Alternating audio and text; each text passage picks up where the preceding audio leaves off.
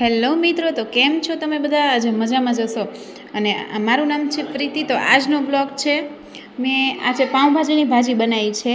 તો મિત્રો, આજે મને થયું કે લાવ આજે એનો બ્લોગ બનાવી નાખો. તો ભાજી ખાવાનું મન થયું હતું, ભરત કે બહારથી લઈ આવું. મેં કીધું બહાર નહીં નથી ભાવતી, એમાં નકરું તેલ આવે ને, ઘરે બનાવી છે. તો આજે મેં ભાજી બનાવવાની તૈયારી કરું છું.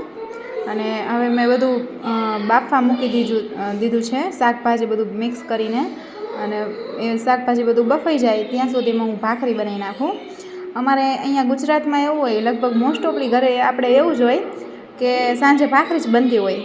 પછી અમુક ઘરે કદાચ ન બનતી હોય. અમારે તો ભાજી હોય કે કોઈ પણ સબ્જી હોય, પણ સાંજે તો ભાખરી જ બને, ભાખરી જ ભાવે. સવારે ભાખરી ભાવે, બપોરે એક ટાઈમ રોટલી હોય. તો હવે બટેકાને બીજું સાઈડમાં શાકભાજી બફાઈ જાય લીલવણ ત્યાં સુધીમાં હું ભાખરી બનાવી નાખું. હવે લોટ બાંધીને રેડી જ છે. અને હવે હું તૈયાર કરું છું ભાખરી. તો મિત્રો, કમેન્ટમાં લખજો કે કોને કોને પાઉંભાજીની ભાજી ભાવે છે. અમે પાઉંભાજીની ભાજી તો બહુ કરી ઘરે, અને ભાવે પણ બહુ. પણ અમે સાથે છે ને પાઉં ન ખાઈએ, ભાખરી જ ખાઈએ. સાંજે બનાવીએ ત્યારે ભાખરી જ ખાઈએ. મિત્રો, લાઈક કરી નાખજો, સબસ્ક્રાઈબ કરી નાખજો. નવા હોય તો સબસ્ક્રાઈબ કરવાનું ન ભૂલતા, જેથી કરીને નવો બ્લોગ અપલોડ થાય તરત જ તમારામાં નોટિફિકેશન આવી જાય. અને અમારે જો ભાખરી પણ હવે રેડી થવા આવી છે. અમારે 3 જણાની 3 ભાખરી હોય, એમાંય પડી રહે છે. તક્ષ તો આખી ખાઈને, એટલે ભાખરી પણ હવે રેડી થઈ ગઈ છે. અને શાકભાજી મેં બાફવા મૂક્યું હતું બધું મિક્સમાં, એ પણ હવે બફાઈ ગયું છે. તો મિત્રો, હવે હવા નીકળે ત્યાં સુધી રાહ જોવી પડશે. ભાખરી ચડે, હવા નીકળે ત્યાં સુધી રાહ જોવી પડે. એટલે હવે જો શાકભાજી બફાઈ ગયું છે, તો હું એને ક્રશ કરી લઈશ. ભાખરી એક સાઈડ ચડાવતું જવું પડે છે, અને એક સાઈડ કુકર પણ સંભાળતી જઉં છું. બંને સાથે કામ થાય છે. જોકે આ તો આપણા ગુજરાતની બાઈઓમાં તૈયાર હોય. જુઓ મિત્રો, ભાખરી કેવી બનાવી છે કોમેન્ટ કરજો. અને તમારે ખાવી હોય તો આવી જજો. ભાજી ને ભાખરી કોને કોને ભાવે આવી જજો તમે પણ ખાવા માટે. અને સાઈડમાં જો કોઈક પાડોશી બેસવા આવ્યું છે, તો એમની જોડે વાતો પણ કરતી જઉં છું. અને રસોઈ પણ થતી જાય, ખબર ના પડે, ફટાફટ રસોઈ બની જાય. જો કોઈક બાજુમાં વાતો કરવાવાળું હોય ને તો એટલે બેય કામ થતું જાય જોડે જોડે. અને હવે થઈ ગયા છે, જો હવે હવા નીકળી ગઈ હશે, તો હવે હું કુકર ખોલીને બ્લેન્ડરથી ક્રશ કરી લઈશ મિક્સ શાકભાજીને.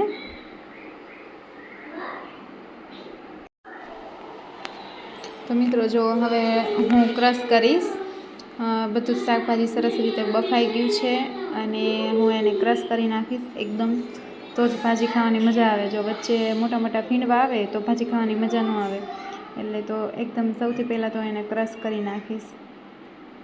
અને હવે ક્રશ થઈ ગયું છે, તો હવે એનો ભાજીનો વઘાર કરીશ. તો મિત્રો, જો હવે મેં ક્રશ સરસ રીતે કરી લીધું છે, અને થોડુંક પાણી પણ એડ કરી દીધું છે અંદર. અને હવે એનો વઘાર કરી નાખીશ. પહેલાં તો એક ભાખરી બાકી છે ચેડવાની, તો એ ચેડવી લઉં, નહીં તો પછી બરી જશે. તો પહેલાં તો હું એ ભાખરી ચેડવીને પછી વઘાર કરું છું. જો મિત્રો, અને મિત્રો, ચેનલને સબસ્ક્રાઈબ કરવાનું ના ભૂલતા. રસોડામાં તો ફટાફટી જ હોય, એકાથે આ થાય, એકાથે આ થાય. હવે લાસ્ટ ભાખરી છે ચેડવાની, પછી હું વઘાર કરું.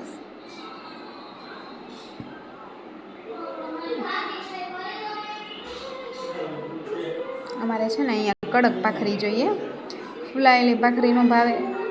કારણ કે કૂણી લાગે ને, ફૂલાવીને ભાખરી તો કૂણી લાગે.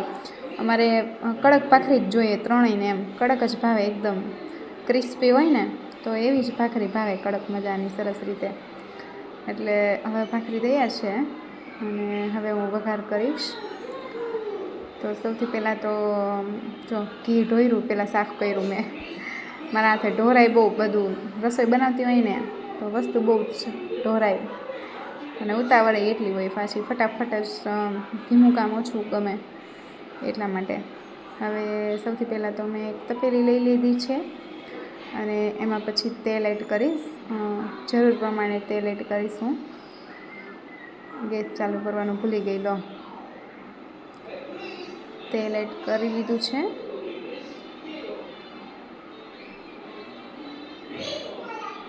ભાજીમાં તો આમથી તેલ થોડુંક વધારે ચડિયાતું જોઈએ, એટલે થોડુંક વધારે લીધું છે.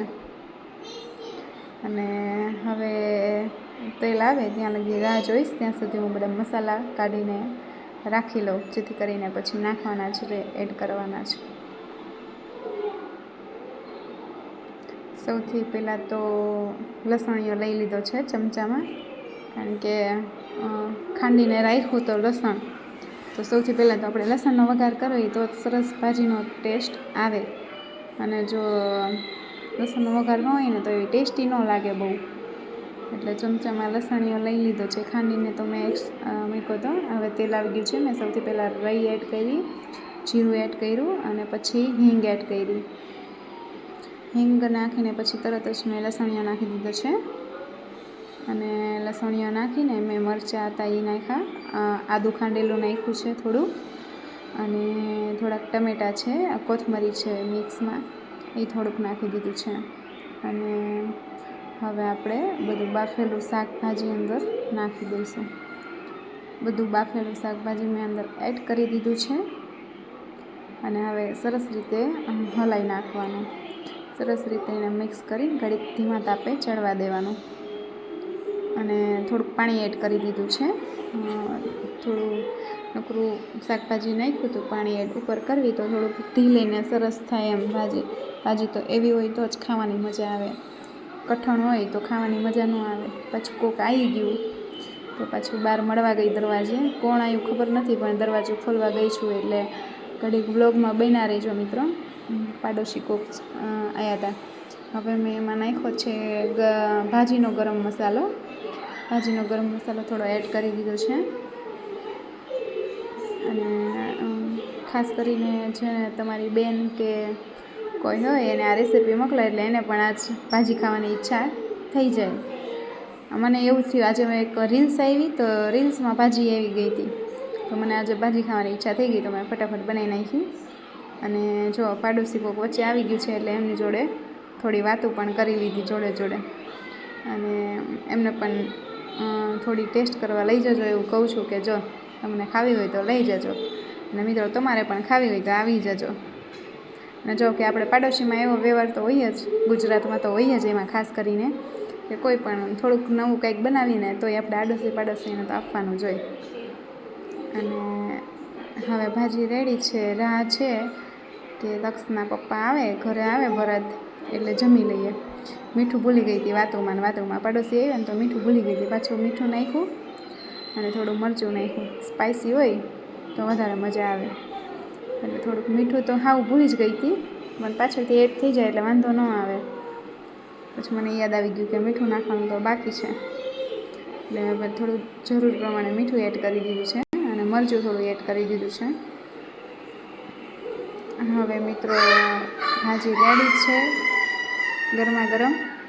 અને તમારા મોઢામાં પણ પાણી આવી ગયું હોય તો તમારી પત્ની કે વાઈફ કે તમારી બેન કે મમ્મી કોઈ પણ તમારી માટે જે પણ દરરોજ રસોઈ કરાવતા હોય એને મોકલી દો, એટલે એ પણ તમારે આજ ઘરે ભાજી બનાવી દે. અને તમને ખાવાની ઈચ્છા થઈ હોય તો તમને મજા આવી જાય.